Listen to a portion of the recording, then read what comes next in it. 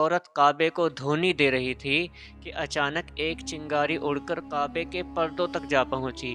آگ لگ گئی اور دیواریں جل گئی۔ تب سے وہ بہت کمزور ہو گئی تھی۔ بسم اللہ الرحمن الرحیم۔ یہ واقعہ اس وقت کا ہے جب اللہ کے پیارے نبی صلی اللہ علیہ وسلم کی عمر مبارک 35 سال کی تھی۔ یہ واقعہ نہ صرف کعبہ شریف کی تعمیر سے جڑا ہے بلکہ اس میں وہ نشانیاں بھی ہیں جو اللہ تعالیٰ نے اپنی قدرت کے ذریعے انسانوں کو دکھائی۔ آئیے اس عبرت آموز واقعے کو تفصیل سے سنتے ہیں۔ جب نبی صلی اللہ علیہ وسلم کی عمر 35 سال ہوئی تو مکہ میں زبردست سیلاب آیا۔ قریش نے سیلاب سے بچنے کے لیے ایک باندھ بنا رکھا تھا، مگر یہ سیلاب اتنا زیادہ تھا کہ باندھ توڑ کر کعبے میں داخل ہو گیا۔ پانی کے زور اور اس کے اندر جمع ہونے کی وجہ سے کعبے کی دیواروں میں دراریں پڑ گئی۔ اس سے پہلے بھی ایک بار کعبے کی دیواریں آگ لگنے کی وجہ سے کمزور ہو چکی تھی۔ واقعہ یہ تھا کہ ایک عورت کعبے کو دھونی دے رہی تھی کہ اچانک ایک چنگاری اڑ کر کعبے کے پردوں تک جا پہنچی۔ آگ لگ گئی اور دیواریں جل گئی۔ تب سے وہ بہت کمزور ہو گئی تھی۔ یہی وجہ تھی کہ سیلاب نے ان دیواروں میں شگاف کر دیے۔ سیدنا ابراہیم علیہ السلام نے جب کعبے کی دیواریں اٹھائی تھی تو وہ 9 گز اونچی تھی اور ان پر کوئی چھت نہیں تھی۔ لوگ کعبے کے لیے نذرانے لاتے تھے، کپڑے، خوشبو اور دیگر چیزیں۔ یہ نذرانے کعبے کے اندر ایک کنویں میں ڈال دیے جاتے تھے جو اندر دائیں طرف تھا۔ اسے کعبے کا خزانہ کہا جاتا تھا۔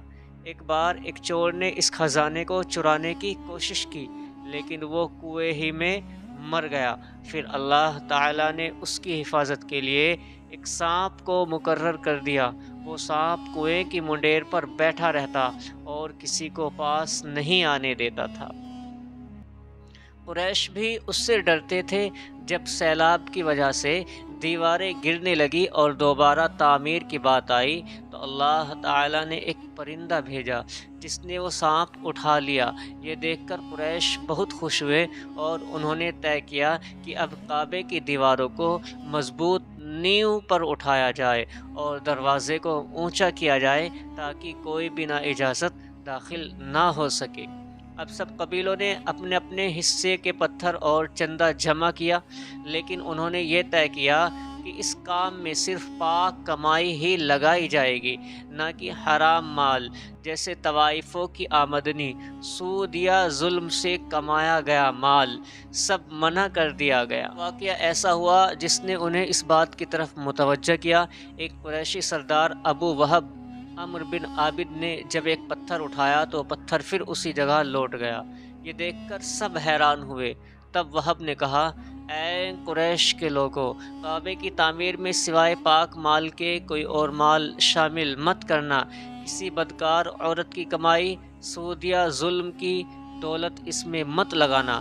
یہ وہب نبی صلی اللہ علیہ وسلم کے والد حضرت عبداللہ کے ماما تھے۔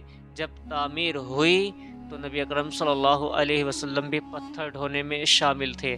آپ صلی اللہ علیہ وسلم اپنی گردن پر پتھر رکھ کر لا رہے تھے، لیکن لوگوں کو ڈر تھا کہ کہیں دیواریں گرانے سے کوئی مصیبت نہ آ جائے۔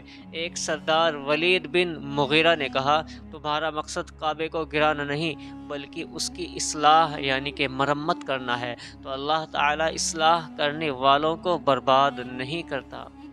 پھر ولید نے خود شروع کیا۔ جب رات سلامت گزری تو اگلے دن سب لوگ شامل ہو گئے اور پوری دیوار گرا دی، یہاں تک کہ وہ ابراہیم علیہ السلام کی رکھی نیو تک پہنچ گئے۔ نیو کے پتھر ہرے رنگ کے تھے، اونٹ کے کوبڑ جیسے، اور آپس میں جڑے ہوئے تھے، جنہیں توڑنا بہت مشکل تھا۔ جب انہوں نے کھدائی کی تو دائیں کونے کے نیچے سے انہیں ایک تحریر ملی جو سریانی زبان میں لکھی تھی۔ ایک یہودی کو بلا کر پڑھوائی گئی۔ اس میں لکھا تھا، میں اللہ ہوں مکہ کا مالک، میں نے اسے اسی دن پیدا کیا جس دن آسمانوں اور زمینوں کو پیدا کیا، سورج اور چاند بنائے، میں نے اسے 7 فرشتوں سے گھیر دیا ہے۔ اس کی عظمت تب تک باقی رہے گی جب تک اس کے دونوں طرف پہاڑ موجود ہیں۔ یہ پہلی تصویر تھی۔ دوسری تحریر مقام ابراہیم کے پاس سے ملی۔ اس میں لکھا تھا، مکہ اللہ تعالیٰ کا محترم اور معظم شہر ہے۔ اس کا رزق 3 راستوں سے آتا ہے، یعنی قریش کے 3 کاروباری راستے جن سے قافلے آتے جاتے تھے۔ تیسری تحریر کچھ فاصلے پر ملی، اس میں لکھا تھا جو بھلائی بوئے گا لوگ اس پر رشک کریں گے، اور جو برائی بوئے گا وہ رسوائی پائے گا۔ تم برائی کر کے بھلائی کی امید رکھتے ہو، یہ ایسا ہی ہے جیسے کیکر کے پیڑ میں انگور تلاش کرنا۔ کعبے کی تعمیر کے لیے لکڑی کی بھی ضرورت تھی۔ اللہ تعالیٰ نے اس کے لیے بھی سبب پیدا کیا۔ ایک جہاز مکہ کے کنارے جہاں اب جدہ ہے آ کر ٹوٹ گیا۔ وہ جہاز ایک رومی تاجر کا تھا اور اس میں لکڑی، سنگ مرمر اور لوہے کا سامان تھا۔ قریش نے جا کر لکڑی خرید لی اور اسی لکڑی سے کعبے کی چھت بنائی۔ آخر میں تعمیر حجر اسود تک پہنچی۔ اب ایک بڑا مسئلہ کھڑا ہوا، حجر اسود کو اپنی جگہ پر کون رکھے گا؟ ہر قبیلہ یہ فضیلت اپنے نام کرنا چاہتا تھا۔ بات جھگڑے تک پہنچ گئی، یہاں تک کہ تلواریں نکل آئی۔ قبیلہ عبدالدار اور عدی نے تو ایک برتن میں خون بھر کر اس میں ہاتھ ڈبوئے اور کہا حجر اسود ہم رکھیں گے۔ اس طرح سارا مکہ تناور میں آ گیا تھا، یعنی کہ لڑائی کے مقام تک سارا مکہ پہنچ چکا تھا۔